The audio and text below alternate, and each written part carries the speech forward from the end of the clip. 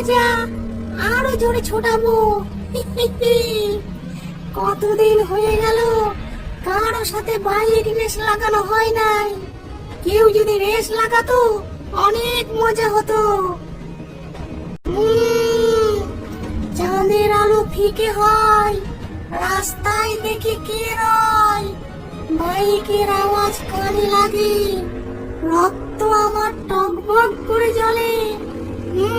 পেয়েছি একজনকে। বেশ বাইক চালাতে পারিস দেখছি। হ্যাঁ পারি তো, আমি ছোট থেকে বাইক চালাই। তাই নাকি? তা আমার সাথে রেস লাগাবি? রেস আর তোমার সাথে? বেশ বেশ, হোক তবে রেস। রেস তো আমি জিতবো। আজ পর্যন্ত কেউ আমার সাথে জিতে নাই, তুইও পারবি না।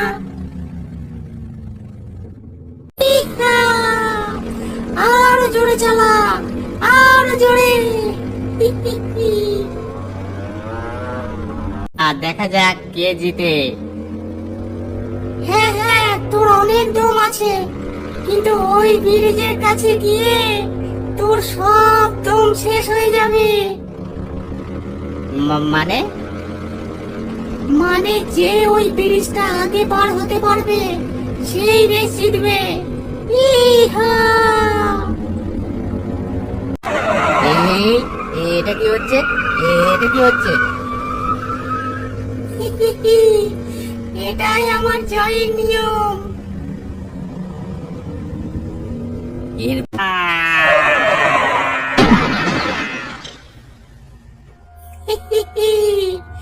ব্রিজটা আমার ঘরে বুকা, নিচে আছে অন্ধকার জলা। রেস লাগালে হারবি তুই, শেষ হবে তোর পথ চলা। চালাই আমি আগুন স্পিডে, ধোঁয়া উঠে চাকার ঘর্ষণে। হাসতে হাসতে ঠেলে দেব, মরে পড়ে থাকবি তুই অন্ধকার বনে।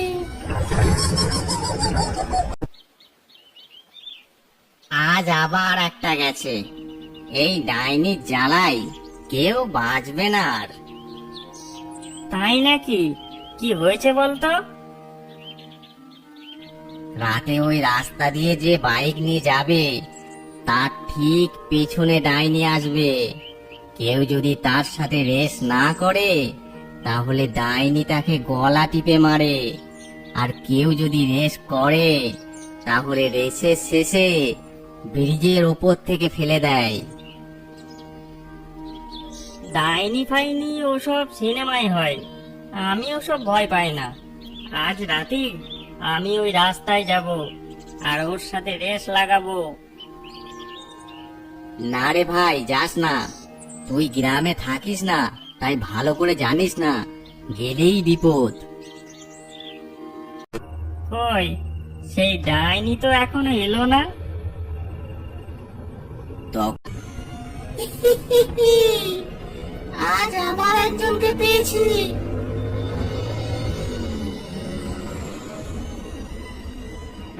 কিরে, তোর বাইকটা তো বেশ ভালোই, রেস লাগাবি আমার সাথে?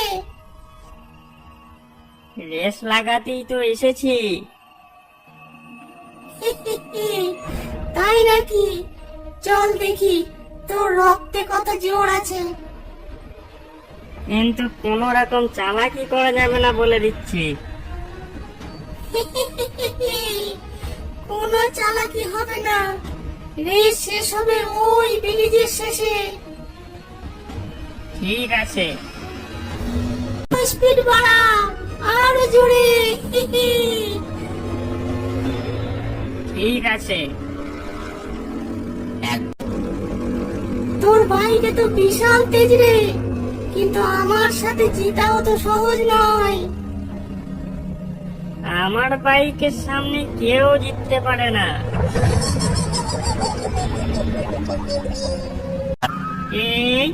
এটা কি হচ্ছে? এসব চিটিং চলবে না। আর একটু পরে তুই এই ব্রিজের তলায় মরে পড়ে থাকবি। তাই নাকি? তবে রে, ওরে বাবারে, হাড়গুলো সব ভেঙে গেল রে আমার। তোকে যদি আর একদিন পাই না, বাইক শুদ্ধ তোকে এই ব্রিজ থেকে ছুঁড়ে ফেলে দেবো। কেমন মজা ডাইনি, তোর সব চালাকি আমি জানি। তুই এখনো বেঁচে আছিস? আমি ভেবেছিলাম সকালে উঠে তোর লাশ আনতে হবে। আরে আমাকে মারবে ডাইনি, ওকেই বাইক থেকে ফেলে দিয়েছি। তবে এই ব্যাপারে তান্ত্রিক বাবাকে সব বলতে হবে, না হলে যারা জানে না তারা যদি রাতে বাইক নিয়ে যায় তাহলে ডাইনি তাকে শেষ করে দেবে। ঠিক বলেছিস, চল তবে। তোমরা আমার কাছে এসে খুব ভালো করেছো বাবা। আজ রাতেই ওর ব্যবস্থা করছি। তুমি বাইক নিয়ে আজ রাতে আবার যাবে। আমি বিডিজে ওই ডাইনিকে শেষ করার জাল বসাবো।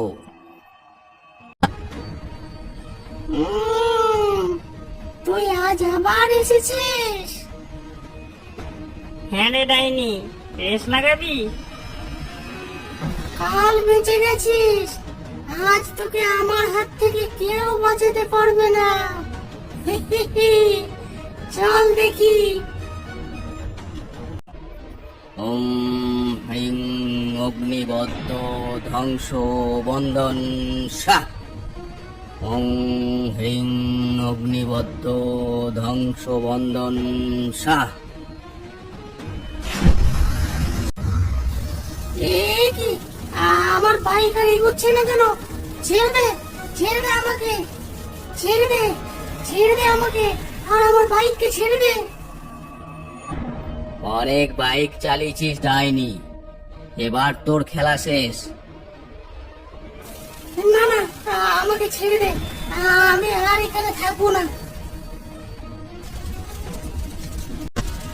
ওরে বাবারে, ওরে বাবারে, মরে গেল রে, জ্বলে গেল। ছেড়ে দে, ছেড়ে দে আমাকে, ছেড়ে দে। ওরে বাবারে, ওরে বাবারে, মরে গেল। আজ থেকে আর কোনো ভয় নেই। এই রাস্তাতে আর ডাইনি থাকবে না। কি রে কালটু, এই দুপুরবেলা কোথায় যাচ্ছিস? কোথায় আর যাব, ওই নদীর ধারে জঙ্গলে কিছু কাঠ কেটে নিয়ে আসবো। তাই ভোর দুপুরে ওখানে যাস না, জায়গাটা এমনিতেই ভালো নয়। কি যে বলো, ওসব আজগুবি গল্প বলে লাভ নেই। আমার দেরি হয়ে যাচ্ছে, আমি চললাম।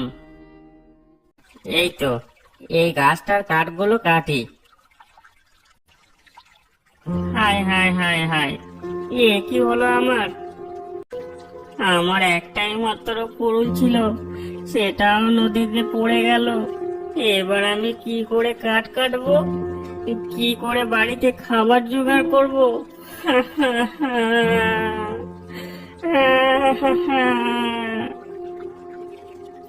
এবার মনে হয় কুড়ুলটার সাথে আমাকেও নদীতে ডুবিয়ে নিয়ে যাবে। আমাকে কিছু করো না, দয়া করে আমাকে ছেড়ে দাও। ভয় পাস না, আমি এই নদীর ডাইনি, তোর কোনো ক্ষতি করব না। বল, তুই কাঁদছিস কেন? আসলে আমি খুব গরিব, কুড়ুলে করে কাঠ কেটে সংসার চলে। কিন্তু আজ কাঠ কাটতে গিয়ে আমার কুড়ুলটা নদীতে পড়ে যায়। তাই নাকি? বেশ, আর কাঁদিস না, আমি খুঁজে তোর কুড়ুল নিয়ে আসছি। দেখ তো, এটা তোর কুড়ুল নাকি? না না, এটা আমার কুড়ুল নয়, আমার তো লোহার কুড়ুল। এবার দেখ তো, এটা তোর কুড়ুল নাকি? না, এটাও আমার কুড়ুল নয়। আমি গরিব মানুষ, সোনার কুড়ুল কোথায় পাবো? আমার তো লোহার কুড়ুল ছিল।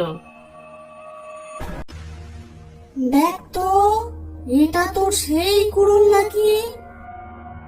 হ্যাঁ হ্যাঁ, এটাই আমার কুড়ুল। অনেক বছর ধরে এই কুড়ুল দিয়ে আমি কাঠ কাটছি। এটা পেলে আমার অনেক উপকার হয়। তুই অনেক বড় মনের ছেলে, তোর মনে কোনো লোভ নেই। এই রূপোর আর সোনার কুড়ুলটাও আমি তোকে উপহার দিচ্ছি। যা, এই 3টে কুড়ুল নিয়ে তুই বাড়ি চলে যা। আর আমার কোনো অভাব থাকবে না। এ কি রে কালটু, তোর কাছে রূপো, সোনা, লোহা 3টে কুড়ুল কিভাবে এলো? তুই তো একটা কুড়ুল নিয়ে গিয়েছিলি।